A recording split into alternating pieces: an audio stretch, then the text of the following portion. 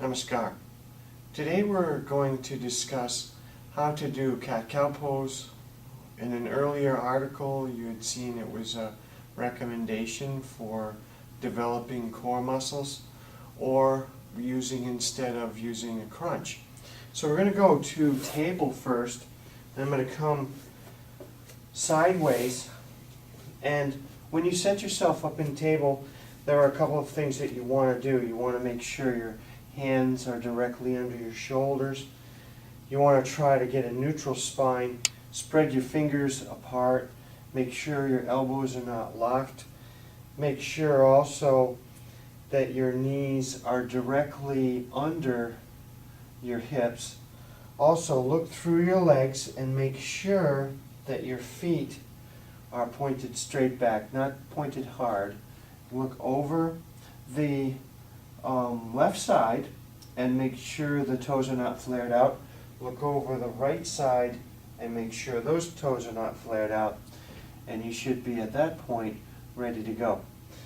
And from here, we're going to just neutralize the spine as much as we can, and we're going to inhale up, and this stretches the stomach and it also contracts the back muscles, and then exhale and crunch here. Now when you do it again, as you inhale up, this is cow posture when you come to the high point. The sit bones rise up and your head comes up and you have a little bit of an arch going up, and then as you exhale you round the back off and your stomach collapses, and sometimes, depending on who we are, the chin might lock to the collarbone. And you could practice this with your eyes open or your eyes closed. You could also practice Ujjayi breathing as you are practicing this particular series, where we're just going back and forth with two postures. You notice that these have been guided by breath. So it'll be pretty hard to come up with some very big numbers as far as repetitions on this, but not impossible. And each time, as you round off, it's a crunch. So inhaling up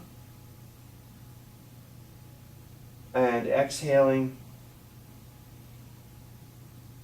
into cat pose.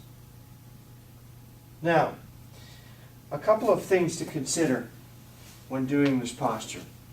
If you have problems with your back, for example, osteoporosis or osteoarthritis, then you probably do not want to play the upward curve or the downward curve so much that the vertebrae come into contact with each other, or what we might call a compression, because this can cause a compression fracture.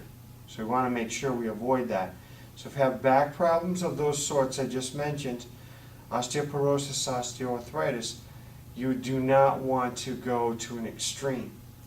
The same thing with your breathing. The breathing should not be extreme. And you can easily do quite a few of these if you've got the time devoted to do it.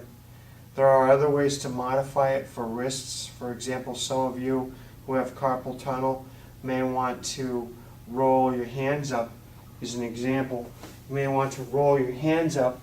Instead of doing this, you may want to do something like this or something like this instead, or set it up so that you have a couple of blocks here, a couple of blocks here, and you have your forearms on the blocks, or you could even operate from here, but you're not going to get the same kind of upward swing you did in cow when you're on all fours and you're on your hands and your knees. So some things to think about. It requires sometimes a little bit of modification depending on whose body it is, and it's something to play with. So what I would say is see what you can get out of it. Don't push anything to extremes. Be moderate and you'll be fine. On that note, I'd like to wish all of you a nice week. Om Shanti.